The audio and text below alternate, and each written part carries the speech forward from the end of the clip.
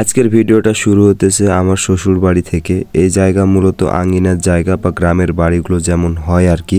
আজকে আর ভিতরে লিভিং রুমগুলো না দেখাই। বাসাতে জায়গার প্রবলেমের কারণে দুইটা বাইক বাসাতে রাখতে পারি না, আবার শ্বশুর বাড়ি কাছে হওয়ার কারণে এক্সট্রা বাইকটা এইখানেই রাখি। আমাদের আন্ডারগ্রাউন্ডে চাইলে বাইক রাখতেই পারি, কিন্তু যেহেতু মেইন গেট ভালো না, তাই আপাতত বাইক না রাখাটাই বেটার।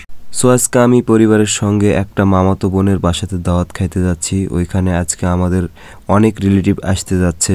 আম্মু আগেই চলে গেছিল আমার একটা খালাম্মার সঙ্গে, যেই খালাম্মাটা আমাদের বাসায় 3 দিন আগে বেড়াতে আসছিল। এইটাই হলো মামাতো বোনের শ্বশুর বাড়ি। বাড়িটা অনেক বড় জায়গা নিয়ে তৈরি, আবার এর আশপাশে অবশিষ্ট জায়গা অনেক। বাড়িটার বয়স বেশ কয়েক বছর হবে, কিন্তু যত্ন করে রাখার কারণে বাড়িটা সুন্দর হয়ে আছে। তো বাসাতে যাওয়ার সঙ্গে সঙ্গে আমরা সকালের নাস্তাটা করে নিই। অনেক কয়টা আইটেম দিয়ে বেশ সুন্দর একটা নাস্তা ছিল, কিন্তু একান্ত পারিবারিক সময় হওয়ার কারণে আমি ওইগুলো ভিডিও করিনি। এখন আমরা চলে আসছি দুলাভাইয়ের আম এবং বরইয়ের বাগানে। এইখানে আমরা সবাই মিলে বরই খেতে আসছিলাম, আর এই বাগানটা রোসনার বাজারে একদম কাছাকাছি অবস্থিত। এখানে আমার ভাগনা আদিল ও আখি দুইজন মিলে বরই পাড়ছিল। এই বাগানটাতে 2-3 জাতের বরই গাছ ছিল। সবাইকে বরই বেঁধে দেওয়ার জন্য এইখানে দুলাভাই কিছু বরই গাছ থেকে সংগ্রহ করছিল। আমি ভাবিদেরকে ভয় দেখানোর জন্য বলছিলাম, ভাবি আপনারা যে বরই চুরি করছেন এইটা আমি ভিডিও করে রেখে দিলাম, কিন্তু কে শোনে কার কথা, মেয়ে মানুষ বলে কথা, তার উপরে আবার টক বরই খুঁজে পাইছে।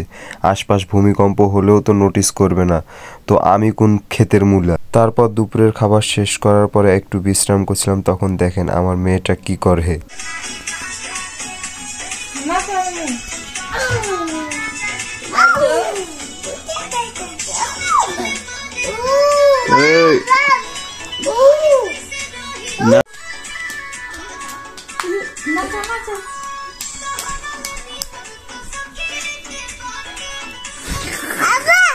কি হয়েছে?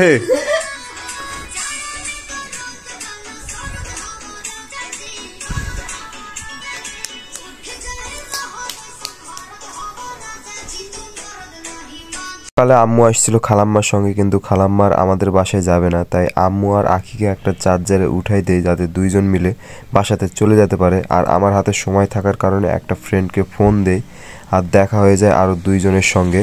আর এইটা মূলত পোষা কলেজ। ফ্রেন্ডদেরকে আমি বলছিলাম সবাই ভালো করে ফোনের দিকে তাকাও, অনেক দিন পর ভিডিও বানাচ্ছি। কলেজ থেকে বের হয়ে আমরা বেশ মজা করি। আশা করি ওইগুলো নেক্সট কোনো ভিডিওতে আপনারা দেখতে পারবেন।